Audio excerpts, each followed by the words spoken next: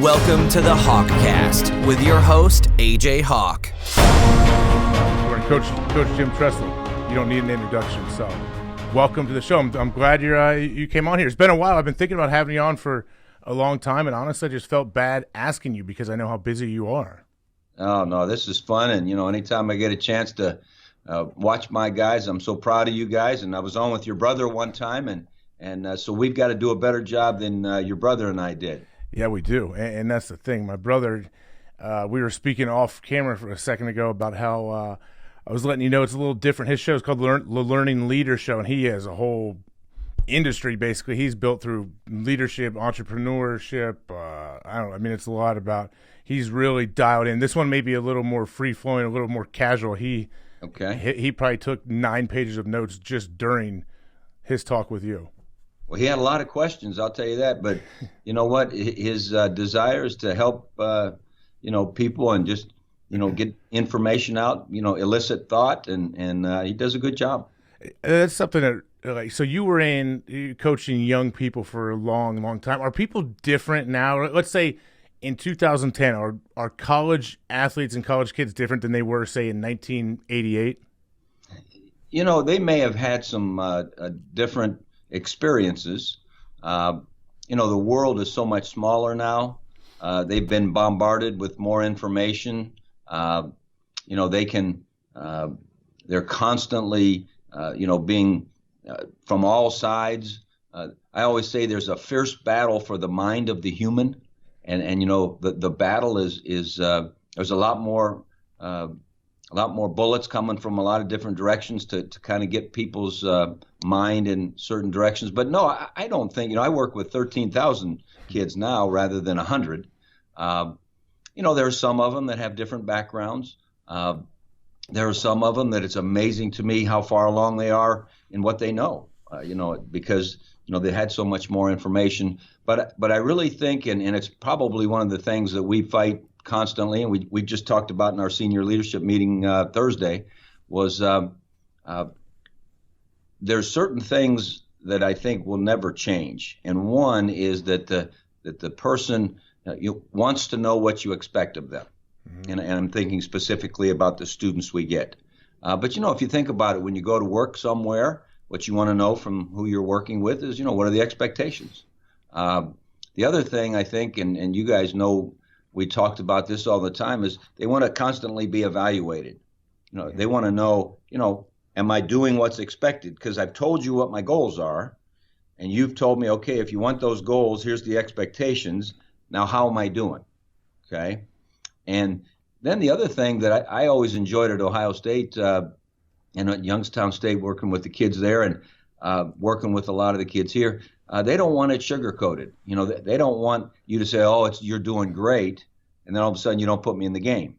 Or, hey, you're doing great, and I don't get a job, when I graduate. Give it to me straight. So, in some ways, because of their experiences, yeah, they're different. But in other ways, I think they're very similar. I wonder that when you say be evaluated, that's something like you're the president of Youngstown State right now. So who evaluates you? Like who would be above you? Well, the Board of Trustees, we meet 4 times a year, mm-hmm. and it's like a day-and-a-half meeting. And one of the sessions is called the Executive Committee, which is really a committee of 9 board members, they're all appointed by the governor. And in the Executive Committee, we'll spend 2 or 3 hours every quarterly with my goals that they have set and I have set with them, and we'll talk about the evaluation of how we're moving forward. And it's probably no different when I was evaluating assistant coaches, or you were evaluating how was my position coach doing with me, or now you're evaluating yourself, how am I doing with my kids or with whoever I'm working for. The single most thing brought up by my board for me, and I used to bring up with the assistants, and you guys used to evaluate the assistants, was, what? We could communicate better. Communicate, or Laura brings up with you, right? Mm-hmm. Hey, communicate better. And so, as I've been going through this, I've been a president now 4 years, and we've had a lot of good things happen, and a lot of the measurables have been good. The enrollment's gone good. The fundraising's gone good. We've built a lot of stuff. But I probably need, you get going so fast, just like in life, you get going so fast, so you forget to tell Laura, oh, by the way, I'm going over here, or, I forgot to tell you we're doing this. Your position coach, whenever you guys would come in and talk to me, and we'd talk about, okay, how can we serve you better? How can the head coach serve you better? How can your position coach serve you better? You just wanted good communication. And sometimes we don't stop and evaluate as well as we should, especially in higher education.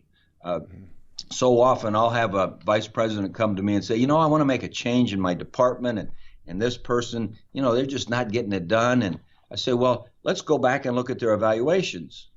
And we go back and look at their evaluations, and they just filled out the form.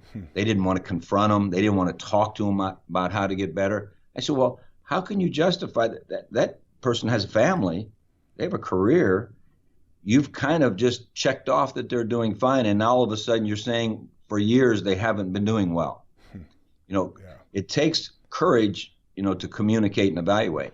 Yeah, why is that? I feel like as humans, you want to know where you stand, I think, and especially when you get back to sports.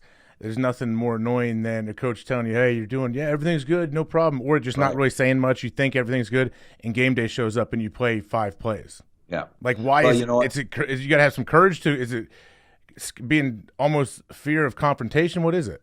I think it is part of that. And I think, when you ask me the question, are kids different? And I said, I don't think they are.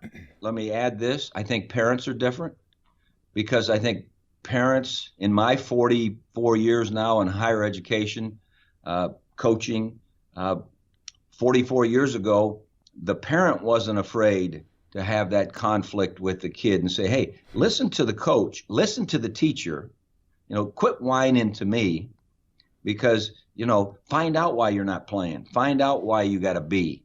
Find out why you didn't move from 3rd grade to 4th grade. Today, the parents are coming in and they're saying, how come Johnny isn't playing?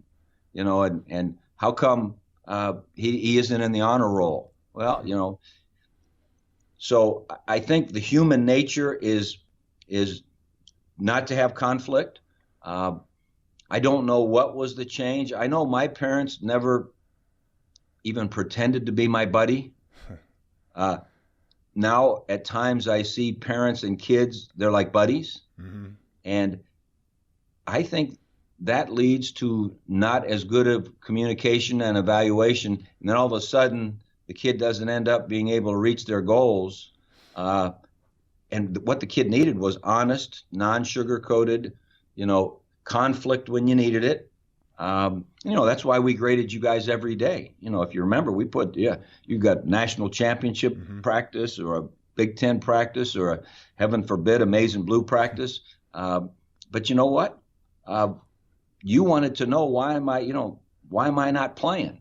And sometimes, the player would come in and say, well, Coach Fickle never told me why I'm not playing. I said, oh, he didn't, huh? So wait a minute, let's go get Coach Fickle. And so we bring Coach Fickle in and say, Coach Fickle, have you told him, why he's not playing?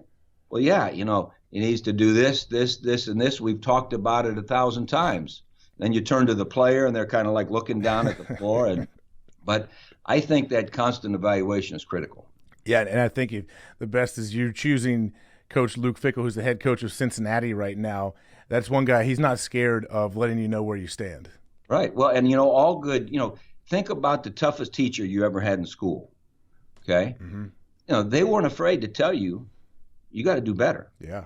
And you fast forward 25 years and someone asks you, who was your best teacher? You think back to, Mrs. Johnson, man, she killed me. But, I learned math, or whatever. And Coach Fickle's the same way. We tried to surround ourselves with coaches who had the courage, to let you know how we're doing. One of the things I think we need to do better in education than we have is in football, we used a lot of data. We used a lot of things. We used a lot of visuals. We didn't just like to have opinions. We'd say, well, hey, let's go watch the film together. And here's why you're not playing. You didn't recognize this when the ball was snapped. You didn't read your keys. You've got to get going this direction, sooner, whatever. In education, sometimes we get philosophical and we don't use the data. And so we're really working hard to make a little bit more science into the evaluation and to help not only our students improve and help them understand what they have to do to compete, but to help our faculty and our administration make good decisions, not just based upon, I'm brilliant and I think this is a good idea, but hey, here's what the data says. Here's where the jobs are.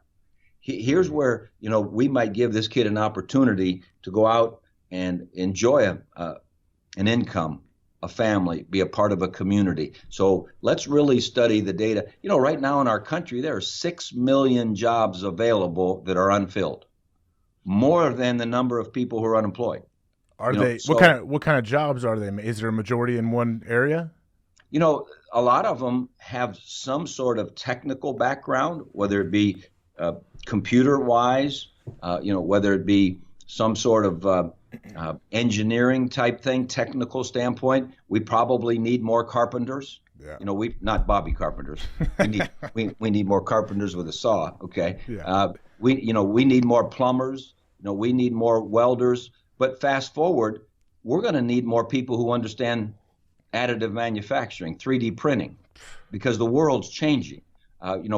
There'll be a day when Lennon or one of your kids is going to say, you know what? You mean you guys used to take material and chop it up and there was waste and that's how you made things? My lifetime, all we do is 3D print them. And so a lot of things that are in today's and tomorrow's technology, but we've got to train them up in those things. We've got to show them that those are the opportunities. And so that's what's fun about working with college kids is challenging them, showing them, here's what it takes. And I'm not sure if I mentioned when Ryan and I were talking on his podcast, but because his was really leadership oriented. Mm-hmm. But one of the things that I think we can't forget about leadership is about showing someone what it takes to get what they want. Mm-hmm. Here's the rigors you have to go through. You can't just wake up, and you're going to be on the Green Bay Packers. There are some things that you've got to do. And you know what? You're going to have some inherent skills. There are certain things that you're going to have to be competent at. I don't care how hard you work to make it to where you want to go. So the leader has to say, okay, you know what? I know you'd like to be a doctor. You've taken intro to chemistry twice. You're not going to get into med school, but you have an interest. And you know what? Let's go. In fact, I have an example of one of the girls that worked in my office. She was dying to be in dental hygiene, and there was this one course that it's really hard to get into that in the upper division, and she just wasn't making it. And so we got a hold of her advisor and said, she really wants to be in the medical field. What direction could she go? Well, fast forward, she switched into respiratory therapy. Now she's having internships at the Cleveland Clinic. It was the right click. There was certain things that for dental hygiene she wasn't quite suited for, thought that's what she wanted. And now, she's going to graduate a year from now. But we had to have the courage to say, I know you said you wanted to be a dental hygienist and then maybe a dentist someday. That was kind of her goal. Mm-hmm. Good goal. But you know what? You didn't demonstrate that you can go that track. You're very talented. There's some other good tracks. Now she's so happy that she switched tracks and she loves what she's doing, thinks she'll make a difference in the world. But that's part of leadership is being honest and say, hey, look, you're not a linebacker. Put your hand on the ground, and rush the passer from there because you can't cover. Yeah. Sometimes you have to say that. Yeah, and I'm sure there's a weird back and forth at times to where you hear all these stories about people, like say, what if the classic story that Michael Jordan didn't make his varsity team his sophomore year or whatever, which I think that's a little bit overblown. There are a lot of people play JV as a sophomore and he hadn't hit his growth spurt yet, but there's a lot of the great people have made it to where they are by saying, like, I don't care what all these people have told me I cannot do this, so I'm going to prove them wrong, like this chip on my shoulder thing, which I think you can take that too far. But where there's some weird push and pull, though, where you have to have some of that defiance, though, if you want to get to be an elite status at whatever you may do. Yeah, no question. Michael Jordan, if he got cut on the team and didn't become 6'6" or whatever, yeah. Who knows if he would have become Michael Jordan. But on the other hand, I think his story is good. It's that, hey, when you hit your first roadblock, how do you know you're not going to have a growth spurt? Or how do you know that chemistry isn't going to start to click? All of a sudden you get a professor that, you guys really click and, oh, I got it now. Because I've seen a lot of guys that we used to always say, don't evaluate the freshmen, because really? you never know. I mean, I remember when I came to Ohio State in 2001, of course, what everyone wanted to tell me was who was going to be a good player and who wasn't. Okay. And so if they were talking to me about a junior or a senior, well, they had a lot of data. Okay. But I remember them telling me two guys in particular. Yeah, they said that number 12, he's never going to make it. I'm not sure we should have recruited him. And 26, he won't hit you.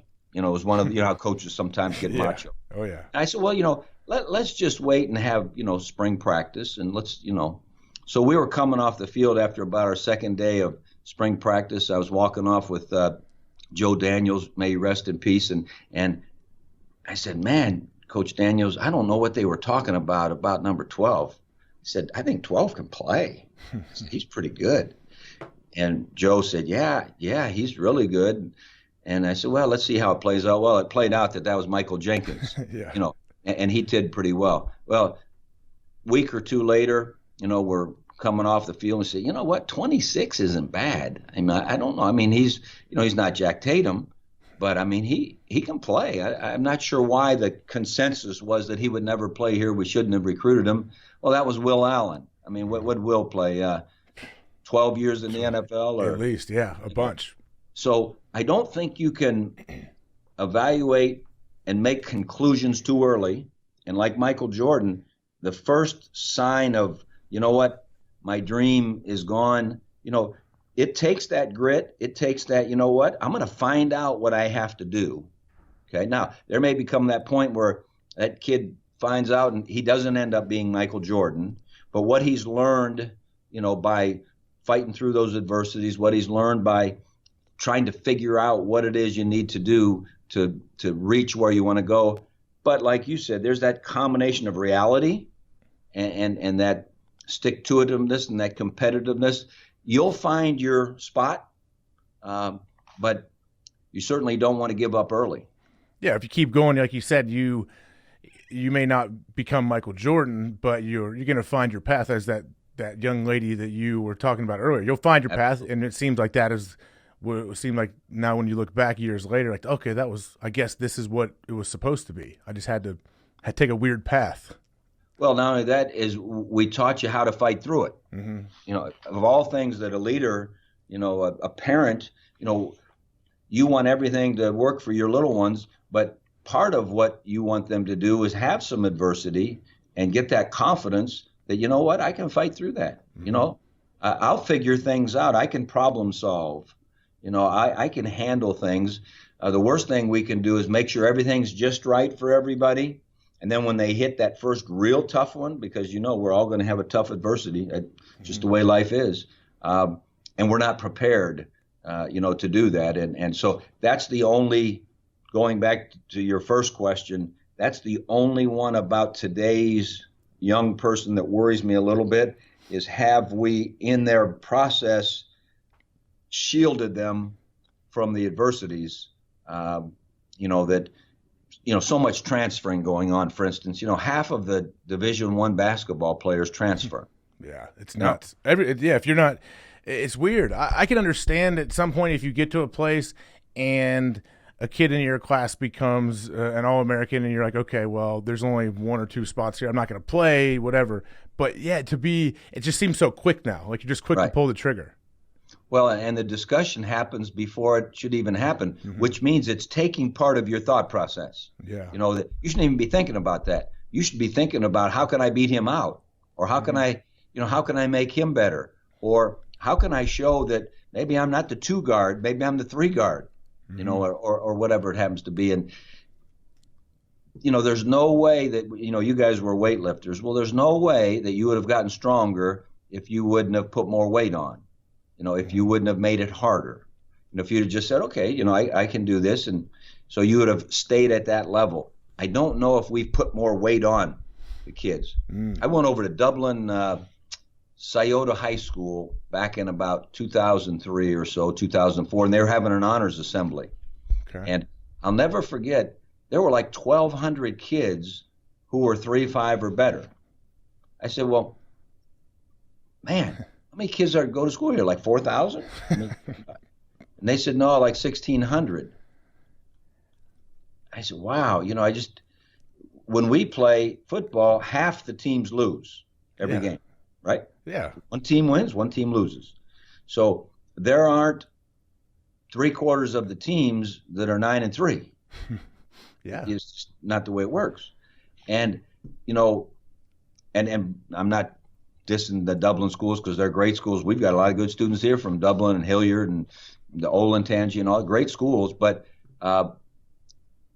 my question or my example is that are we making it real, for what it's going to take, to be successful when you all of a sudden go out to that next step and you have to compete? Yeah. It sounds like I could have got a 3.5 at Dublin Scioto. Maybe I should. Maybe I'll send my kids there, Coach, to be honor roll or something. That's right. Now, your kids will be honor roll because of Laura, not because of you. You're right, 100%. I tell her you got Laura. She has like already my oldest Lennon she'll be in 2nd grade, but Laura has like the math and all the book work type sit down school stuff, and I'm going to try to teach them. I try to give them real world wisdom, like common sense, because we all know people, and I'm sure you can think of a couple off the top of your head that can memorize, can get good grades, they're great in school, but common sense, they're dumber than a rock. Sure. You got to have both. Like, would you care? Like, what would you say is more important if whether to have common sense and able to interact socially, just live a normal life, or to be crazy, book smart, and get great grades? Is there always one more important than the other? Well, I always wanted people that had both. Yeah, of course. But, I always thought of the great student. And I had a lot of great students who didn't end up being as good a football player as they could have. Mm-hmm. And because they wanted to overanalyze.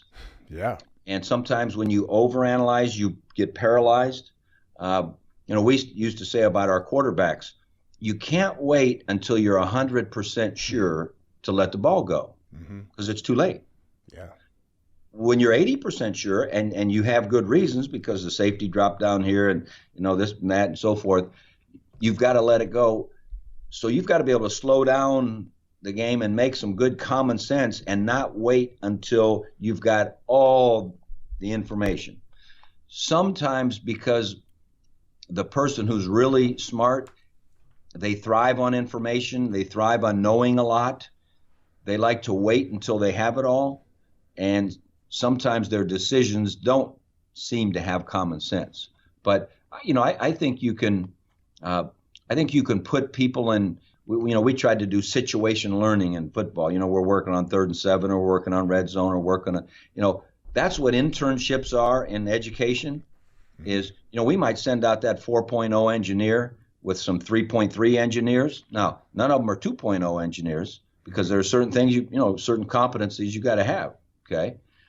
But inevitably, we hear back from the employers that, that 3.3 one was as good or better than that 4.0 because when the machine broke or when, the things were happening quickly or when the interaction needed to occur on the team, and they were kind of used to working in collaboration. They showed that they're every bit as good an engineer as that person who got a perfect score on the test. So, that I used to tell you guys all the time when you were setting your goals, I don't want everyone to set their goals for 4.0 because, all of you aren't going to get 4.0. Mm-hmm. But you know what? I do want you to set them for 3.0 because we got to be B or better. We can't just be average if we want to separate ourselves when we go out and try to get a job and so forth. And but yet I want you to have some real life experiences. And that's what I thought football was. Football was real life. I mean, you couldn't hide. You had to work together. You had to be evaluated. because, you were out there, the film doesn't lie, and those were great real life. They built some common sense.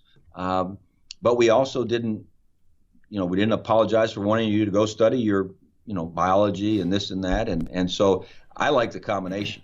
Yeah, I hear you with that. And you also in football, you have to perform in a super pressure situation on a big stage. That's something that I told Laura. We went back to a game, I don't know, 3 or 4 years ago, and it was a night game. They were playing Wisconsin. We stopped up in a box to say hi to somebody, and I was watching the game, and I remember asking him, I said, is this like what games look like? I hadn't been to a game in a while, and I was so nervous for the guys on the field because I knew like the implications of every single play, and I started thinking like, wow, I'm glad I was too naive, especially when I was in college, to understand how big of a deal it was, because I would have been paralyzed probably if I would have known. I was so nervous for those guys, and I started thinking, like, Laura's like, yeah, this is what football looks like. This is what games look like. This is it. And I thought, wow, it just seemed so massive to me from that viewpoint. And like, we were just a bunch of idiots having fun on the field. I think that sometimes that's the best way to play. Well, it is, and you were so focused on what you were doing, because people used to ask me, was it much harder to coach at Ohio State than Youngstown State? And honestly, it was no different, because it was the same size field, and I was internally focused. And whether there was 20,000 at Youngstown State or 106,000 at Ohio State, that was irrelevant because of all the time and effort and focus that we had. But the beauty of football, I always felt, was that not only was you were under that pressure to stay focused and not worry about what was out there externally, but you had to do it that day, that moment. Mm-hmm. You couldn't say, it's so funny. So often I'll work with people around here who say, well, let's put this decision off and let's have another meeting next week and so forth. And I said, whoa. More meetings are always the answer, aren't they? Yeah. The game's at 1:00 on Saturday. Okay. And so like it or not, you got to be ready. And that to me was that urgency, having those deadlines, and knowing that you're going to get evaluated at that moment. And it's not just about football. I mean, if you're a gymnast, and you're on that balance beam, or if you're in the marching band and you got to blow that note at the exact right time, or if you're in the theater and you have to make that spot in that line, or if you're on TV and you got the guy in your ear and it's all the same. I'm not here trying to sell solely football, mm-hmm. but being put, under the lights, having to deliver at the moment is such a great learning tool. And you know what? You're going to err sometimes, and you're going to go back and you're going to evaluate yourself, and you're going to get better. And people that lose, that opportunity, I think aren't allowing themselves to become as good as they can. Oh, I was thinking, going back to your adversity statement you made earlier, how we're all going to, at some point, face some kind of big-time adversity. Can you think in your mind anything, like on or off the field, that was a big turning point where you were like, okay, this I have to really buckle down and make a decision here? Well, unfortunately in coaching, speaking just professionally, you have them all the time. Mm-hmm. So we got to Youngstown State. Well, let me back up. I'm an assistant coach. I don't even know what I'm doing. And we win, we lose. Are we going to get fired? Is he going to fire me? So you're constantly going through them. And then there's a whole different set when you're a head coach. So I became a head coach at Youngstown State, and I didn't know what I didn't know, but all the hoopla was coming from Ohio State and all that. Well, after 10 games, we were 1-9. It was like, whoa, I had no idea this was going to happen. I mean, I thought we were going to win some. I thought, fortunately, we won our 11th game. It was against our rival Akron, and so we ended up 2-9. They carried me off the field. I was so embarrassed. I said, I'm 2-9. They're carrying me off the field. I said, put me down. This is embarrassing. But you know what? I was proud of the way the guys didn't fold. That year, Akron was 8-2. We were 1-9 going into the game, and there were times when we had a couple good years going at Youngstown State, and then we had a bad one, had a losing season. And, it's like, okay, everything that you feel as if you were building and all the belief that you had, how are they looking at us? And, whether it was when we came to Ohio State and all the hoopla, there's a guy from Ohio coming, this is going to be great. He won national championships, and we're 7-5. It's like, they don't want to be 7-5 at Ohio State, Mm-hmm. So constantly you have those. And to me, that's the way you get better. I remember when guys would talk all the time later in the second half of our career at Ohio State, they'd always want to refer back, is this team like the 02 team? Because they wanted, us to win the national championship. Yeah. I'd always say, this team isn't anything like the 02 team. The 02 team, when they were freshmen, I think they were 6-6. Yeah. Then when they were sophomores, they were 8-4, and their coach got fired. Then when they were juniors, they were 7-5. Well, then when they were seniors, they weren't leaving there without doing something pretty darn good, and it just turned out it was real good.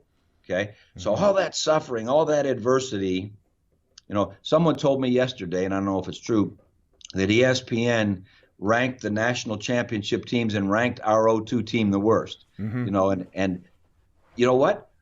I understand that, because the 3 years prior to that, we were just average. But those guys had been through so much adversity that we may have been the worst national champion, but we probably beat the best team maybe college football has ever had. So, everyone wanted to always go back and say, well, can this be like the 02 team? I said, well, you know what? Let's take the 06 team, because that was the year after you came, right? You left. Yep. Okay, so here we were undefeated in the regular season. They kept saying, this is going to be just like 02. They kept saying, boy, you know what? These guys haven't been through anything like those 02 guys were. I'm just a little bit worried that they think that they're pretty good, and maybe unlike 4 years earlier when everyone thought Miami was the one that was, invincible, and we were pretty good too. I was worried that was creeping into our minds, and as fate would have it, it did and was, and we hadn't had all those adversities leading up to that time to toughen us up like the 02 guys did. So adversity, it says in the Bible all the time, that your trials and tribulations are a blessing. They are. And if you go through life and everything's going just fine, and you haven't been tested, you haven't had those moments, then when you do have the moment, that inevitable moment, whatever it is, personally, professionally, whatever, you may not be tough enough to handle it. Yeah, you'll freak out if you get a flat tire or something. I say all the time. People that can't handle, for some reason it does feel good to fight. Like, say you felt like, it's not like a chip on your shoulder thing, but for some reason to look back on things that were awful or super difficult, like physically, it's fun to look back and be like, wow, I'm not sure how I did that, but I feel much better now. Yeah. Oh, there's no doubt. The strength and the confidence that handling adversity gives you is way more than the good times.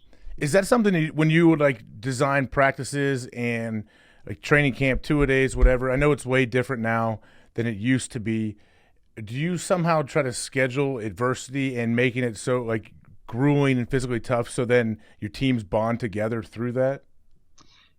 I think a lot of the training we hoped would do that. Practice-wise, we didn't really, if you recall, we didn't do a whole bunch of conditioning and stuff in practice because, we wanted to practice fast. What we wanted to create in practice was as near game-like situations as we could. Competitive things, things that, offense against defense, ones against the twos, put the ball inside the 5-6 different times and see if the defense can stop them. And I remember before that last play in the national championship game in 02, and it was 4th and 3. And, I remember the guys talking, hey, this is the last play in the world. We practiced the last play in the world a million times. We've been under this situation. We're not afraid of this. We're prepared for this. So probably not from the physical standpoint, practice-wise, did we want to create adversity.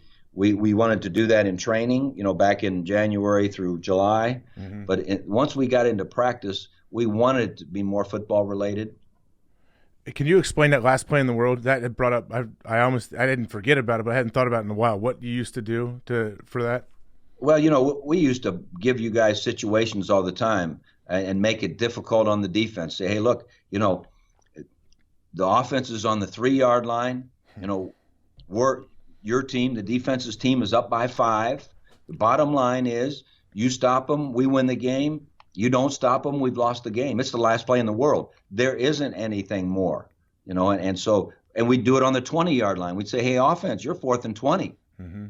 It seems like the defense should stop this, but defense, might be in the same situation. Well, Will Allen picks it off. Yeah. If you remember the last play in the World in 02. Yeah. When they're on, I don't know, the 19 or 20 yard line. And, so putting the guys in those situations, letting them think through, you hear on the NCAA basketball all the time when the coaches talk about the last 3 seconds play they rehearsed when they're down by 2 and the ball's at the other length. And those are the kinds of things, we always had the scoreboard clock on, as you know, and we always had it ticking down. We had the score up there. And you can't make real life situations totally real because there isn't the final verdict because it was practice, but you can make it as close as you can. And that's what I think in education, we've got to continue, and we're doing a better job in it, but we've got to continue that.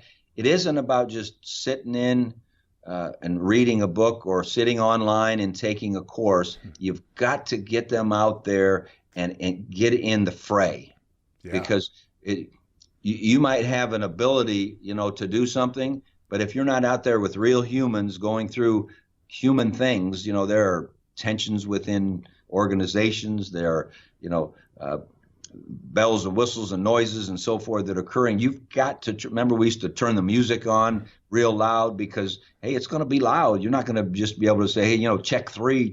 Well, we're going to have to get hand signals, to check coverages. And so we've got to do a better job of that in education and give them game-like conditions for life. The last play in the world that made me think of a few that I was a part of, like I think my freshman year. And you're right. When you would announce like last play in the world, everyone that wasn't in the game or in the practice would be around you, freaking out, yelling, creating a ton of energy. The coaches would get all excited, and the offense and defense, you would take pride in that. And I remember being young and being thrown in there a few times for the great C. Grant, who I was backing up my freshman year, and thinking like, all right, this is the most pressure situation I've ever been in my life. And I was in practice. It wasn't like, it wasn't even a game. And I'm thinking, these dudes, like, I'm worried. Like, I just don't want to let these guys down who I've been watching play on TV for the last 3 years. They're all, I used to always use the reference, like, they're all Tom Cruise to me. These guys are all like movie stars that I watch on TV. And now I'm lined up next to them in a physical situation where I have to be accountable to them. So it really does put you as close as you possibly can to that final play against Miami. Well, it's like the resident in the operating room. They've been dreaming of being that great surgeon, and they know their names just like you knew C. Grant's name. And all of a sudden, I'm in the operating room. Yeah. And I'm part of it. And they're asking me to do this and do that and check the vitals and do that. And creating. We have a lot of majors that it's just built in, and it's so natural that they're out there in the field, all of our clinical things, whether it be nursing or, medicine or physical therapy or whatever. And then, of course, the education where you throw them into the classroom and say, hey, you're 19, go teach these 11-year-olds and find out if you can do it. And engineering, we throw them into the factories right on the factory floor and, with an engineer, and the engineer says, okay, hey, look at this, solve the problem. The more we can do that, and that's why I love sports. That's why I love any organized activity.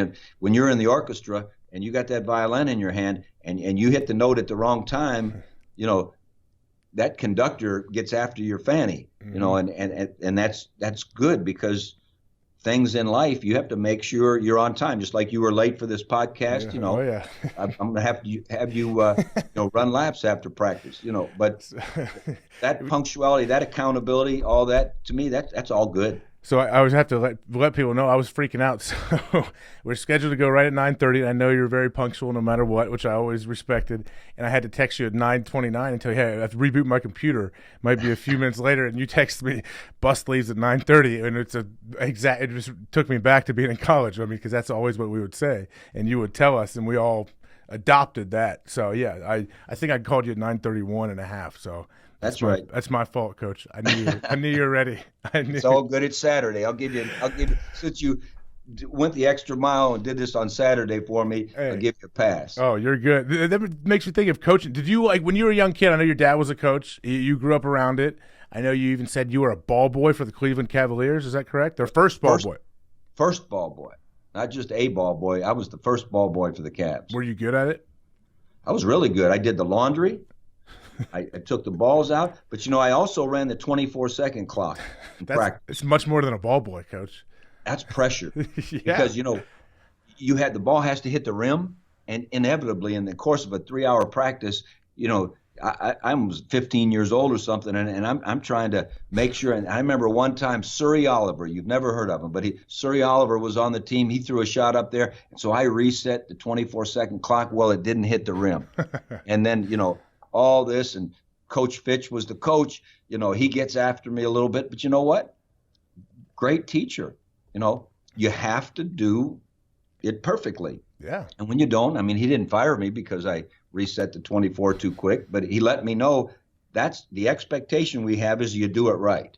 Yeah. And that's what I've been really making as a real effort when I'm getting ready for our academic year is, let's not let these kids down and not give them the expectations. This world's competitive.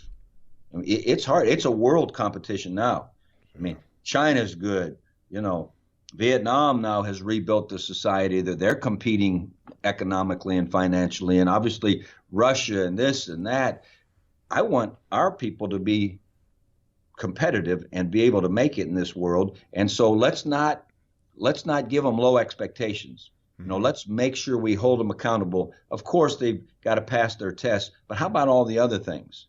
Treat each other right, behave in the dorm, do the right things around campus, be at class, be on time, because if we send them out in society, they're going to get fired if they don't do those things because it's competitive. So to me, that's exciting. That was what was fun about coaching. That's what's fun about parenting.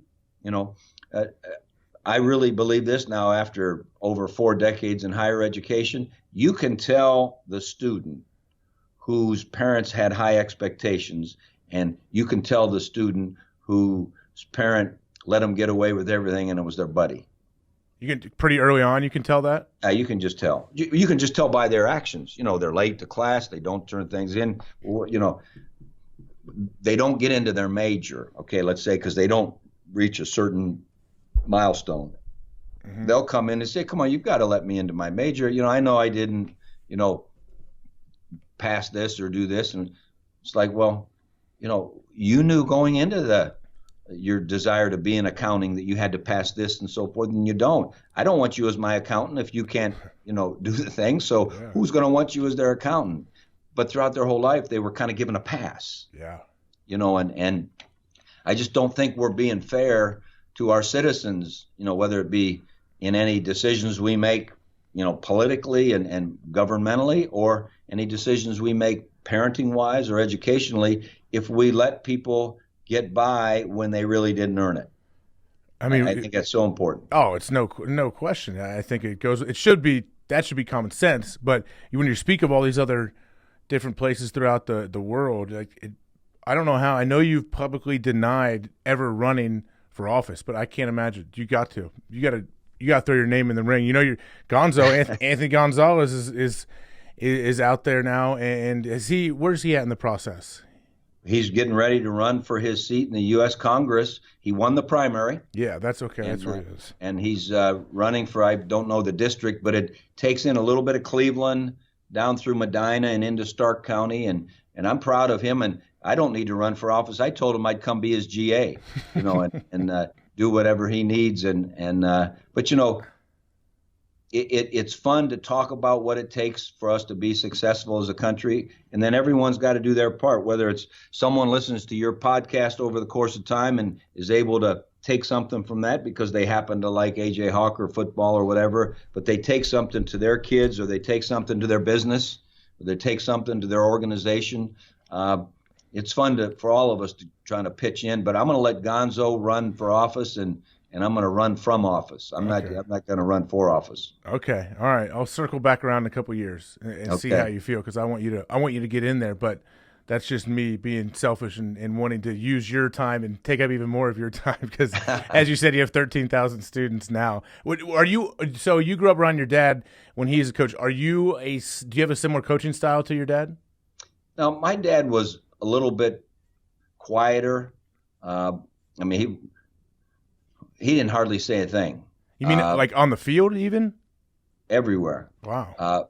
He just had laser obvious expectations. And if you didn't do them, he'd just kind of look at you, and it was like, man, I know I'm not playing.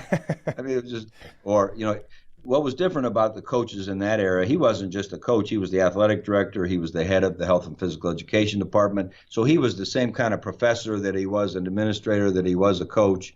And it was like, hey, look, here's what you have to do. If you don't do it, I'm putting someone else in, or you're going to get a C in the course, or, I'm not going to help you get a job, because when they call me and ask if you should go, and I'm going to say, well, no, he didn't do these things. So, he was very quiet.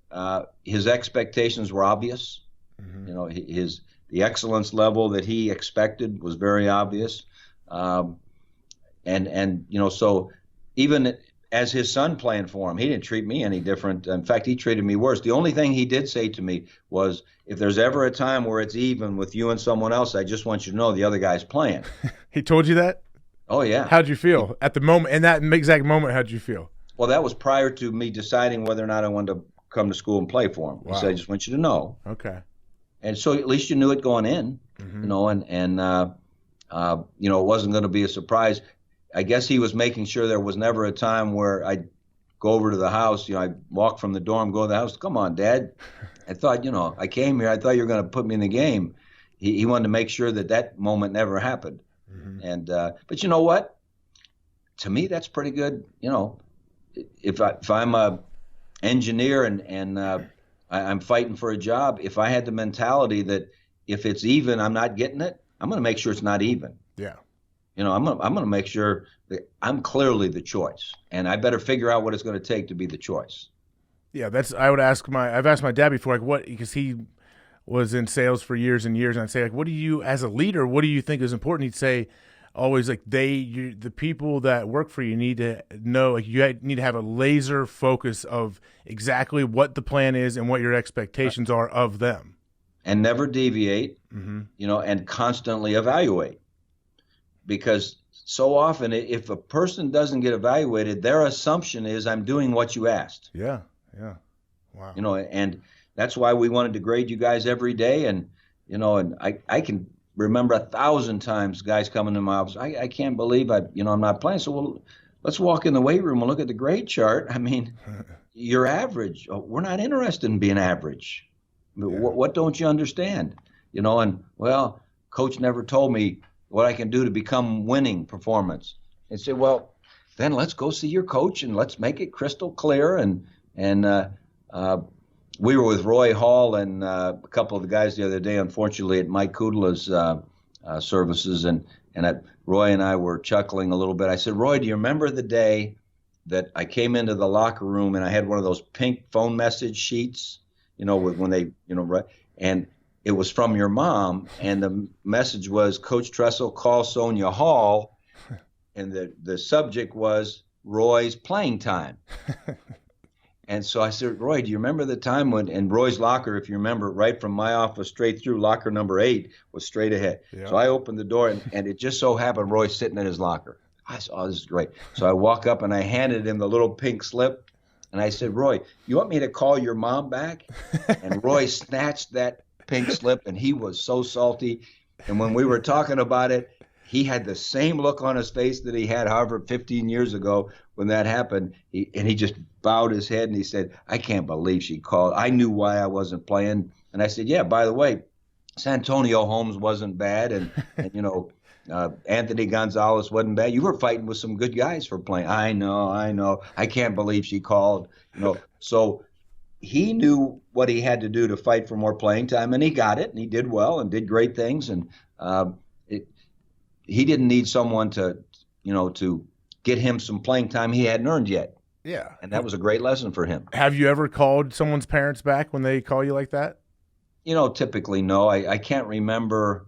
I do remember I had a quarterback here at Youngstown State that after every game, she would come in and sit in my office when, Wow. And I remember my littlest daughter, Whitney, was, 7 or 8 years old, and it was a night game. And this lady, I won't give her name because I don't want it blasted all over, but she came in, she just wouldn't leave. I just can't understand it. I mean, I can't believe my little daughter fell asleep on the floor of my office because, the game was over at like 11. Yeah. This mom wouldn't leave. Whitney decided, you know what? I'm cashing out, man. I'm going to sleep. And but not really too many of those. Was she upset at your play calling or what? No, she was upset that her son didn't play. Oh, okay. Wow, that's a ballsy move. I can't imagine ever doing that. Well, especially we probably won like 35-7. Yeah. And so we did okay with whoever we put in. But anyway, not many of those because our guys really felt like they were being evaluated. They disagreed sometimes. I mean, lots of guys disagreed that they should have gotten more playing time or we should have featured what they did best or, whatever. But I didn't have too many guys that, just flat out didn't get it. Yeah, I have a couple more for you, but I wanted to know about hiring good assistants. I've always tried to say, as a college coach especially, you got to recruit great players and you have to recruit great coaches to develop them, a good offensive coordinator, defensive coordinator, obviously. Like, how do you find good coaches? Because it's such a fraternity of good old boys like, oh, I know him, he knows hey, if my head coach gets fired, remember me so you can hire me on your staff. There's so much networking involved. Like, how do you know who is good and who isn't? There was two things I tried to hold to.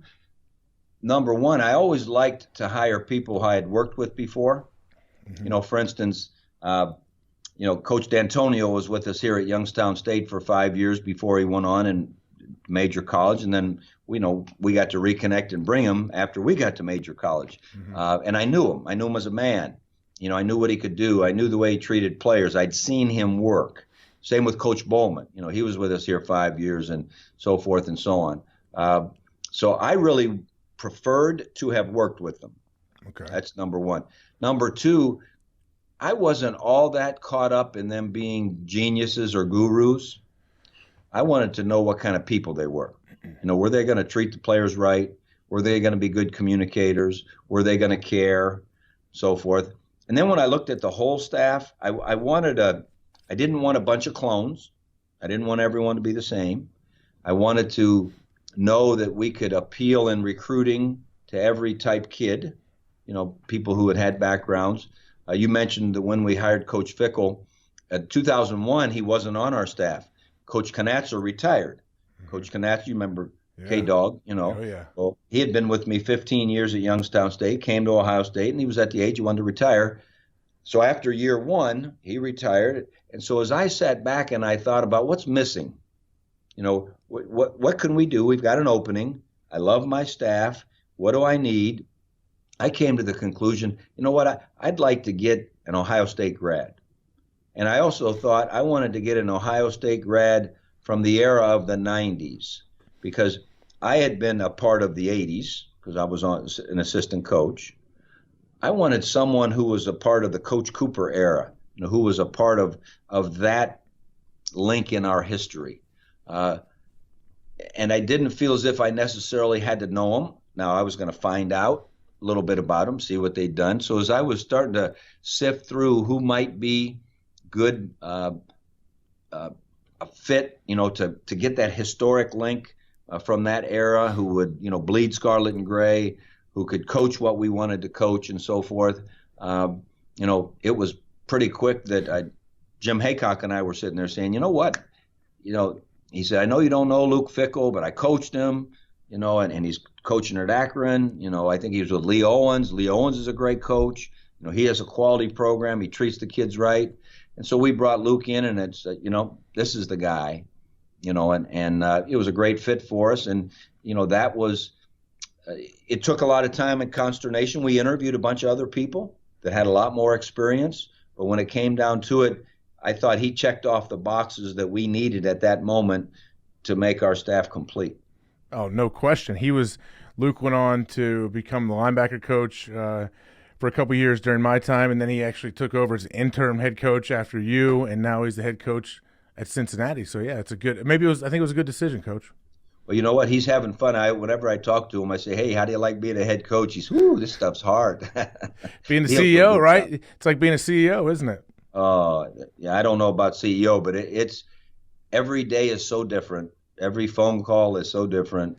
But I think he's having a blast. Is it tough when you become a head coach, even though you've done it for so many years, to when you just like, man, when can I just coach my guys? Does it ever get annoying when you just want to coach your guys and not have to deal with everything else? Oh, yeah, every day. I mean, every day you think, man, you know what? I think I'd like to go back and be a position coach. Just be with my guys, help them grow, study the game, but then you snap out of it like anything.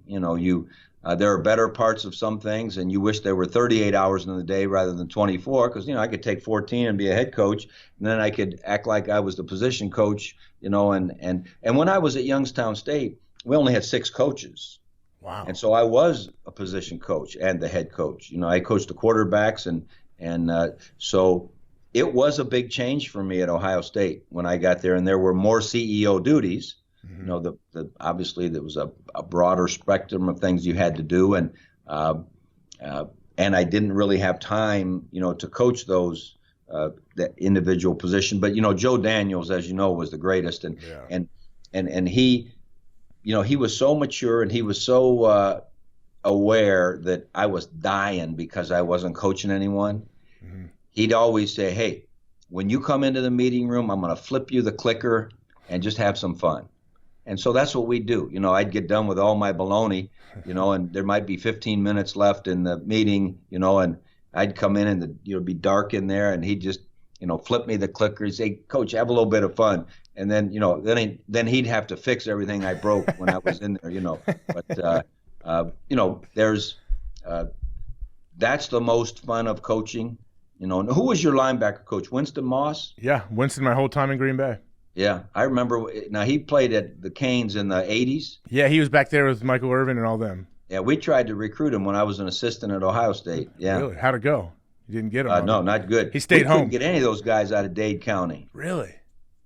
No. Just because Miami, I guess they were rolling back then, and it'd be tough to get him out. You need to bring him on an official visit in the summer, which they can do now, I heard, not the winter. Now. Don't do it in the winter. Right. Well, it's funny. 83 or 82, might have been 82. I was recruiting Florida at Syracuse at that time, and then I went to Ohio State.